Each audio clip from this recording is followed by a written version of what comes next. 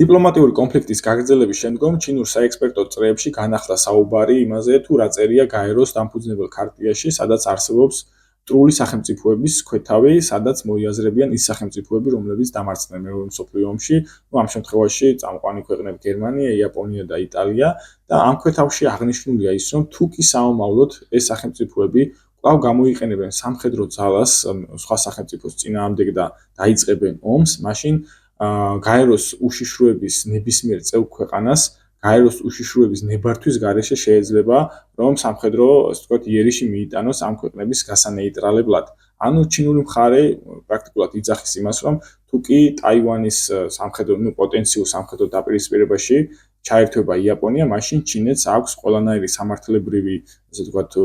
უფლება და შესაძლებლობა, რომ დაუწყოს ომი იაპონიას და ეს არ გახდეს იმის გამომწვევი მიზეზი, რომ იაპონიის, ასე ვთქვათ, იაპონია გახდეს საერთაშორისო სამართლის დაცვის ობიექტი.